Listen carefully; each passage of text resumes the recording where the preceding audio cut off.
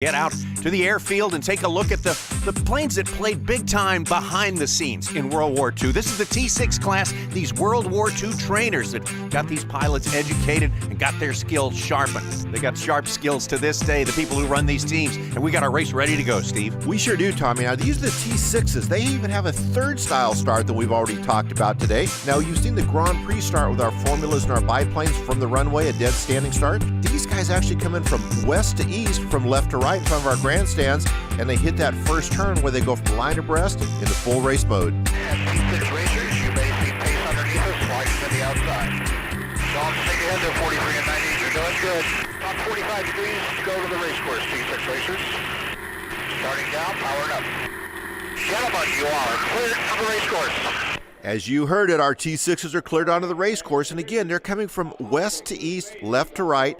You see them wing abreast right now, okay, right in front of the grandstands. They're still wing abreast. They start pulling ahead. They're doing everything they can. They're playing with prop controls. They've got the mixture right on the fine line. They're doing everything they can to get that fine hairline advantage over the other competitors because these airplanes are so evenly matched. When I hit this first turn, I always get a little bit nervous. You've got all these airplanes hitting this first pylon as they enter the 4.8 mile T6 course. Yeah, this is our medium-sized course today, the 5-mile course, and we'll be doing 5 laps around it. That adds up to, I believe, 25 miles. And you're right, Steve, on our graphic, our course looks very small, but it's 5 miles around. You get these big old heavy tail draggers out there, they fill it up pretty well. I hold my breath until they all get through that first turn every time these guys take to the sky. On your right, man. Now again, these are T6s, these are World War II trainers. They're all running the 1,340 cubic inch Pratt Whitney 9-cylinder air-cooled radial. Very, very evenly matched. That's a standard configuration where they can't really go outside the box. They're all trying to do anything they can to do whatever they can to get an edge over the competition. But again, these airplanes have such a tight specification list, they can clean them up aerodynamically. They have to run 100 low-lead avgas, no funny fuel, no additives permitted. They all have to have at least 50 gallons of fuel on board and a minimum aircraft weight with pilot and fuel of 4,000 pounds. So they are strictly regulated. One of the big surprises this year has been John Lomar. He's been giving fits to our 6-time champions Nick Macy and Dennis Buin. Again, no stranger to Reno, just to the podium.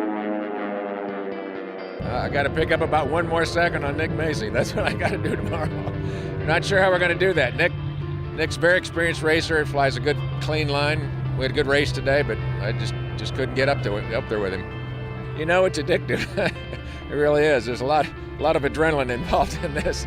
I don't know. I came out here in 2007, think I'd do this once or twice. Say I raced at Reno, and 11 years later, here I am still racing. So. John Lomar from Dallas, Texas, basically in exactly the same spot he spent most of the first race. Heat 1A right there. It's just the same top 3, Nick Macy, John Lomar, and Dennis Buin. You talk about how this is such a tight spec class, and it really is like a time machine looking at these old planes here. But you told me that they can do one thing, they can throw the instructor's seat out, right, for weight consideration. Yeah, they can lighten it up a little bit so long as they don't go below that 4,000 pound weight of pilot, 50 gallons of fuel, and the aircraft.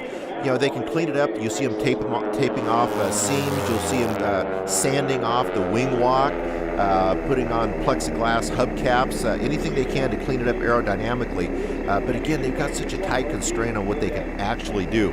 Now, one of the things I wanted to point out to the newcomers to air racing, you hear that crackling sound out there. That's not the engine. These T6s have these big Pratt Whitney radial engine. That's the low rumble you hear. That crackling sound you hear are the propeller tips of these 109-inch metal propellers going supersonic and creating miniature sonic booms as they come around. Boy, this one's all about Nick Macy looking for his 7th national championship. He certainly locked himself into the gold race and probably the pole position as well. All he's got to do is bring it home in the final moments of this race. You know, Tommy, normally a stock T6 will run about 175, 185 miles an hour. These guys are getting them well into the 200s, 220, as much as 240 at times. Unheard of for a T6 back in the day. Nick Macy, John Lomar, and Dennis Buin, the exact same order of finishes we had in race 1A, as I say, and Nick Macy on top, the 6 cat, really doing well and looking like the favorite, the one to beat in the gold race in our team.